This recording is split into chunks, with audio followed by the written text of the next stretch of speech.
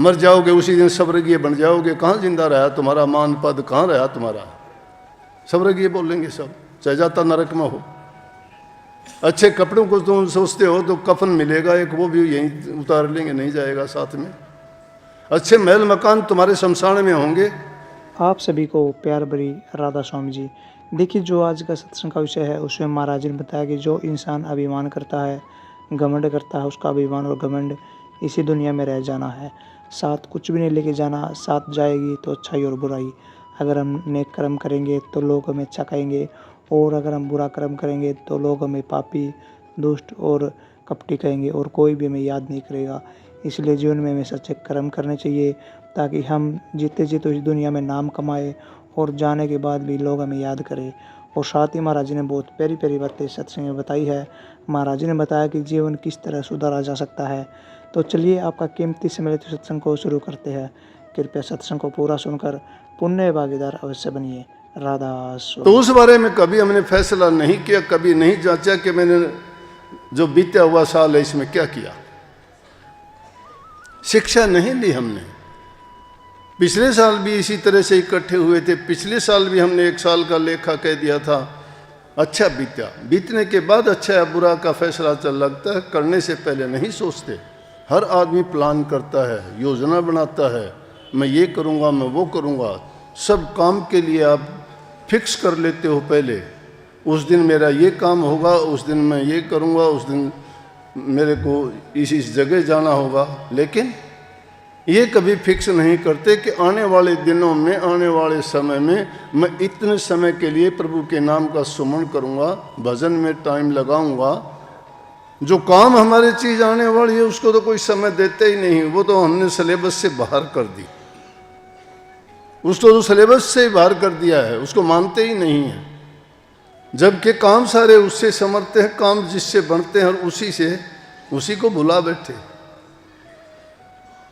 संतों ने कहा, सुन रे अनजान तेरा होत मूल नुकसान, छोड़ निज ज्ञान कहाँ फिक्र करे बांत की।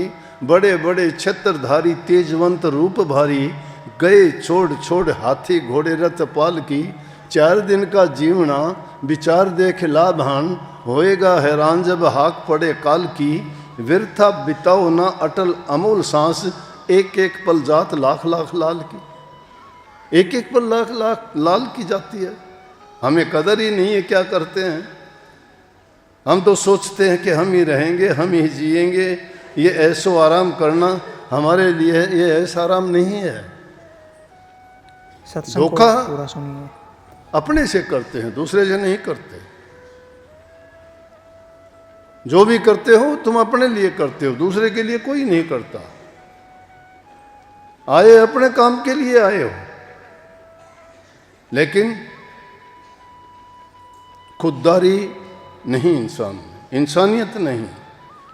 पहले इंसान बनना पड़ेगा, और इंसान में वो गुण होने चाहिए जो प्रभु में गुण है। आत्मा परमात्मा की अंश है, वो परम आत्मा है, हम आत्मा हैं। अमीर आदमी गड़े मोहल्ले में मिल जाएंगे, जमीर वाले नहीं मिलेंगे जगह जगह। अमीर बहुत मिल जाएंगे, हर मोहल्ले में गली में मिलेंगे, जमीर वाले ढूंढो। जमीर जब इंसान की नहीं रहती, कुछ भी नहीं है उसके पास। प्रभु को जाके लेखा देना, हिसाब देना है, बचोगे नहीं। इसलिए समय निकाल के प्रभु की भक्ति किया करो। काम तुम्हारे ही आएगी, मेरे काम नहीं आनी। मेरे काम वो आएगा जो मैं करूँगा। लेकिन क्योंकि मैं समझता हूँ जब आप मेरे पास आते हो, गुरु का हुक्म है, गुरु की कृपा है, उनका दिया हुआ ही खजाना है, जिसमें से निकाल के मैं आप तक संदेश देता हूँ, पहुँचाने का काम करता हूँ कि आप ऐसा करो। और अगर ऐसा कर पाए, मैं तो ज़्यादा नहीं, थोड़ा बहुत जो गुरु की आज्ञा थी उसमें सफल हुआ करने में, वो प्रमाण आप लोग हो। क्योंकि जहाँ आदमी अच्छा करता जाएगा वहाँ अच्छाई फैलती ही जाएगी, बढ़ती जाएगी। कमी जहाँ आती जाएगी समझ लो कि कमी खुद की है। ज़्यादा नहीं तो कुछ तो मैं गुरु के रास्ते पे चल के आप लोगों को जो संदेश देता हूँ, तो गुरु की शिक्षा, गुरु का उपदेश और गुरु की जो आज्ञा थी मैं सोचता हूँ सही रास्ते पे है। और मैं धन्य मानता हूँ कि अगर जितने भी लोग गुरु की शिक्षा को प्राप्त करके अपने जीवन की बुराइयों को मिटा के सत्य मार्ग पर चल पड़े। संसारियों की और गृहस्थियों की सबसे बड़ी भक्ति यही है, और उसमें सबसे मुख्य कार्य है सेवा का, सेवा भक्ति। सेवा भक्ति घर से ही शुरू हो जाती है। मातृ भक्ति, पितृ भक्ति, सेवा भक्ति, वो किसी की भी करो, गरीब की, भूखे की, जरूरतमंद की, लेकिन यहाँ जो सेवा की जाती है वो प्रभु की सेवा मानी जाती है। संगत की सेवा मालिक की सेवा है। वो जो सेवाएं करते हो उनके अंदर शायद तुम्हारा कोई ना कोई स्वार्थ छिपा रहता है, किसी न किसी मतलब से ही सेवा करते हो। नहीं तो शब्द मैंने लिखा था जो अभी सुना, सतगुरु दिया बता जगत में कोई नहीं अपना। यहाँ कोई किसी का नहीं है, मतलब के जरूर है। जब तक किसी का मतलब हल होता है तब तक उसको प्यारा है, नहीं तो कोई आंख से भी देखना नहीं चाहता किसी को।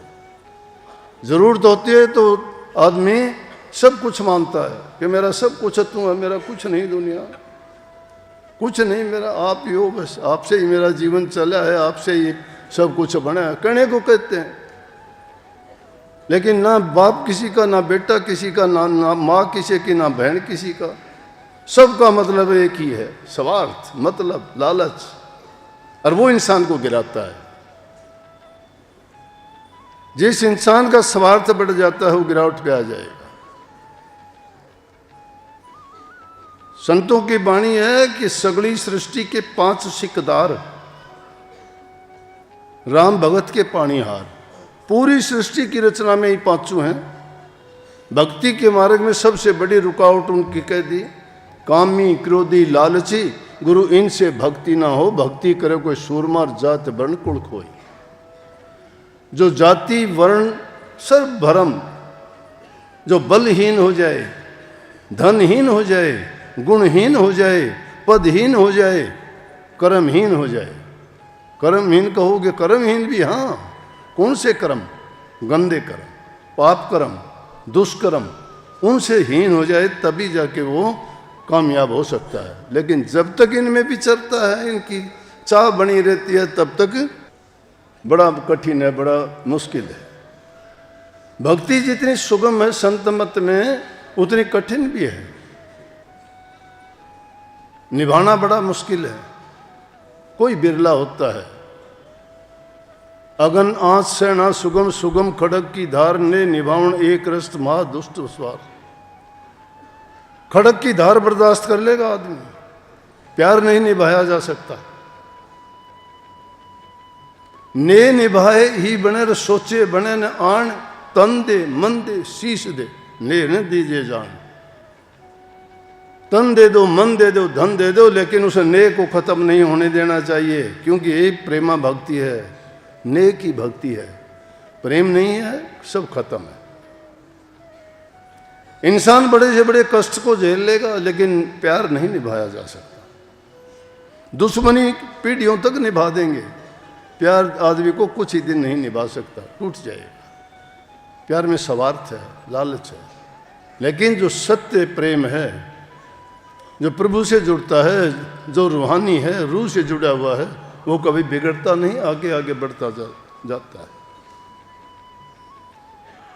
तो वो जो चीज़ें हैं उनकी परख करो कि मेरे से क्या क्या, किस किस कदम पर मैंने भूल की, चूक की, क्यों हुई, उनका आत्मनिरीक्षण करो। जब तक आत्मनिरीक्षण, आत्म परीक्षण नहीं करोगे, आप नहीं बढ़ पाते। हम तो दूसरों में गलतियां निकालने की कोशिश करते हैं ताकि खुद बरी हो जाएं। नहीं, खुद को कैदी बना के दूसरों को बरी करो। खुद को अगर तुम बरी करना चाहते हो तो दूसरों को बरी कर दो। हम तो दूसरों को ज़्यादा अपने दिमाग में रखते हैं, अपने को तो रखते ही नहीं। चिंता खुद की नहीं करते, औरों की करते हो। कौन क्या करता है, कहाँ जाता है, क्या। अरे तुम्हें क्या पराई, तुझे पराई क्या पड़ी, अपनी आप न मेढ़। इसलिए उसे बुझते हुए कल की बात जो आज ये जा रहा है, इसके बारे में ये सोचो, बीती ताई बिसार देर आगे की सुध ले। जो बीत चुकी है वो वापस नहीं आएगी, बीती हुई से शिक्षा लो। सोचो कि मैंने जीवन में क्या किया। वो तो जन्म से लेकर आज तक करते आए हो, करते जाओगे। वो तो पशु पक्षी जीव जंतु सभी करते हैं। उनसे अलग हमारे पास करने के लिए क्या था? भक्ति, प्रभु की याद, उनका चिंतन, उनका सुमरण। कभी करते हैं क्या? नहीं। सबसे जो गलत काम हमने किया, प्रभु को भुला दिया, उसकी याद नहीं है। अपने अहम में मरते हैं, दूसरे को देख के खुश नहीं। अरे क्यों करते? मेरा मेरी 3.5 हाथ जमीन बतेरी, तन पर कोई कपड़ा भी नहीं रहने देगा मरते वक्त। आदमी अच्छा खाना, अच्छा पहनना, अच्छे मकान चाहता है।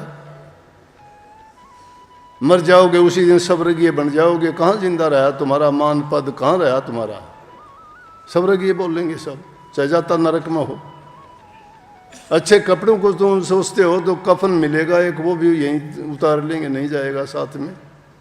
अच्छे महल मकान तुम्हारे शमशान में होंगे, ओट पत्थर भी काम नहीं आएगा। करने वाला काम क्यों नहीं करते? पहले करके देख लिया, उनमें मिल लिया कुछ। नेकी करो, भलाई करो, मानवता के लिए, उनके कल्याण के हित की बातें सोचो। सत्संग को पूरा सुनने के लिए का बहुत बहुत धन्यवाद। हम आशा करते हैं अपने सत्संग को बड़े ध्यान से सुना हुआ। तो जैसे पहली सात संगत जी आपने सत्संग में सुना, महाराज जी ने बताया कि इस जीवन में आए हैं, इस दुनिया में आए हैं तो हमें नाम का सुमिरन अवश्य करना चाहिए, नाम की भक्ति करनी चाहिए, ताकि जो हमारा जीवन है वो सार्थक बन सके। हमें कभी भी घमंड नहीं करना चाहिए, क्योंकि जो इंसान घमंड करता है वह इंसान कभी किसी के लायक नहीं रहता। ना तो वह सुख को प्राप्त करता है और ना ही वह कभी आगे जाकर सुखी रह सकता है। वह हमेशा दुखी दुखी रहेगा और उसका जीवन हमेशा नरक जैसा रहेगा। इसलिए घमंड अभिमान से बचिए और अपने जीवन को सार्थक अवश्य बनाइए। और साथ ही महाराज जी की इन बातों को आप अपने जीवन में अवश्य उतारिए और अपने जीवन को सुखी अवश्य बनाइए। और अगर आपको सत्संग बहुत अच्छा लगा तो कमेंट बॉक्स में राधा स्वामी लिखकर पुण्य भागीदार अवश्य बनिए। मिलते जल्दी एक नए और बहुत ही प्यारे प्रवचनों के साथ। तब तक के लिए आप हमें दीजिए राधा स्वामी।